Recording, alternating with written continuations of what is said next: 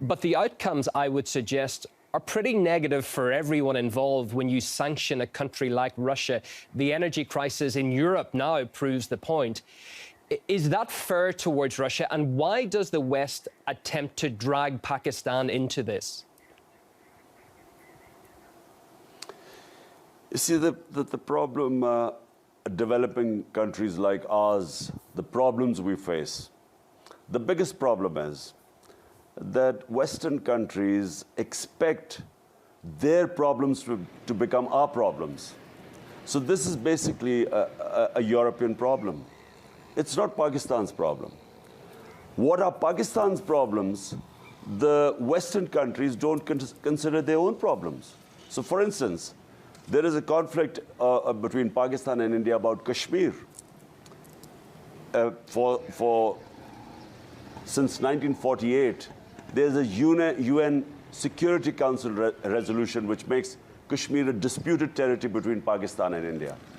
And the people of Kashmir, through a plebiscite, were supposed to decide whether they wanted to be with India or Pakistan. And in the last 30 years, 100,000 Kashmiris have died in this struggle for independence.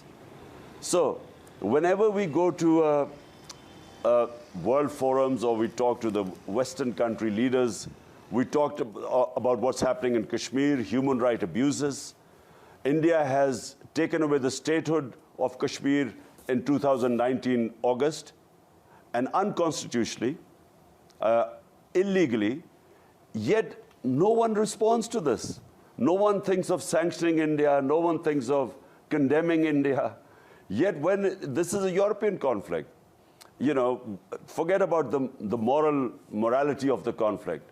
But the fact is, it is not Pakistan's conflict. Yet they want us to take a position on this and condemn Russia. My point is that condemning Russia, you have to have the luxury to condemn countries on moral issues. We don't have that luxury. You know, condemning countries can cost our people a lot. It can push people below the poverty line. Therefore, we want the luxury to be neutral. And that's what we want, I think, and that's what India did. India is a strategic partner of the US, and yet it is trading with Russia. It's buying their oil, and it stays neutral. But it doesn't condemn Russia. It just says we are neutral. Can Pakistan withstand that pressure, though? Can it stand up and say it's not necessary to choose sides? We're going to act in our own national interest first. That's what every country should have the right to do. If you have 100 million people who are vulnerable, they should become your priority. And we should be able to tell a superpower like the United States that, look, we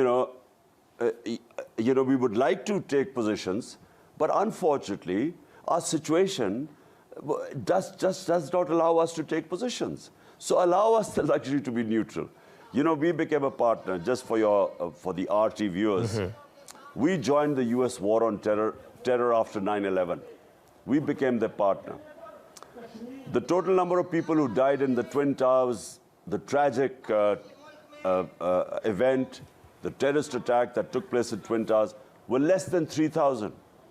Pakistan, when it participated in the US war on terror, 80,000 Pakistanis were killed. Our country was devastated. 3.5 million people were internally displaced. We had over $100 billion lost to the economy. So Pakistan paid a huge price for participating in someone else's war. And my point is that we should not, countries which have huge amounts of poverty like our countries, vulnerable people, you know, who should be our main priority, we should not be forced into other people's conflicts. Just another aspect on this, if I may, is the blame on Russia, essentially, for all of the world's energy woes right now, a little too convenient, seeing as we've just come through 2 years of extreme COVID lockdowns? You, of course, saw that at first hand, being Pakistan Prime Minister during all that time. So sorry, what did you want me to ask?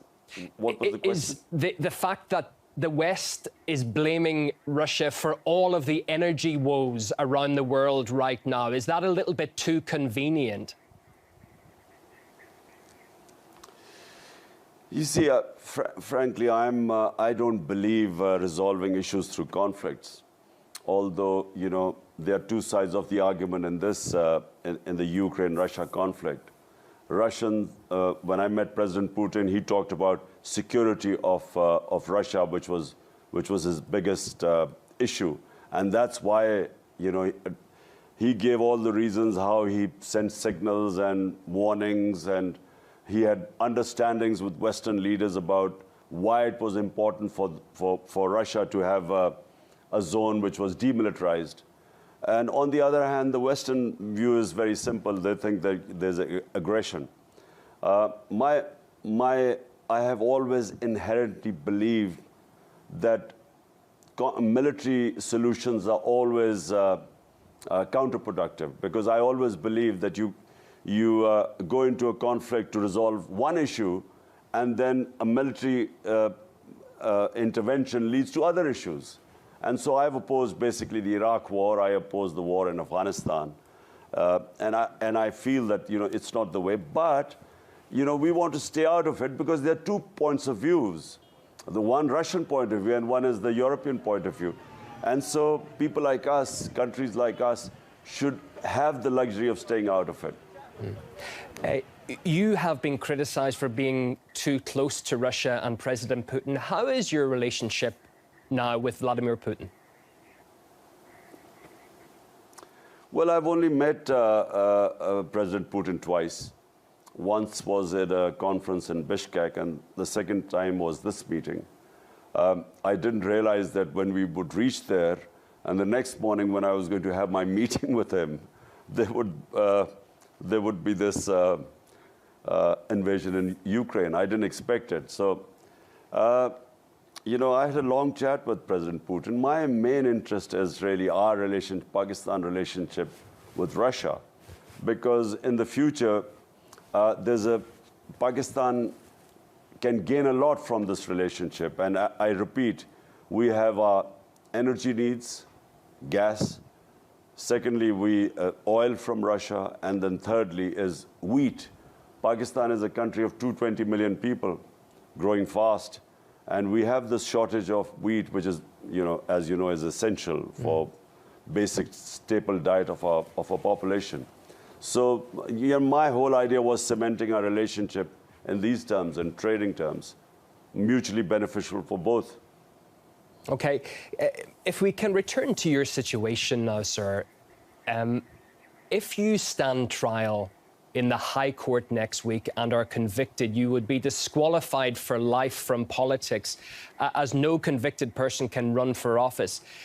But is going to court something you will have to do at some stage if you want to become Prime Minister again?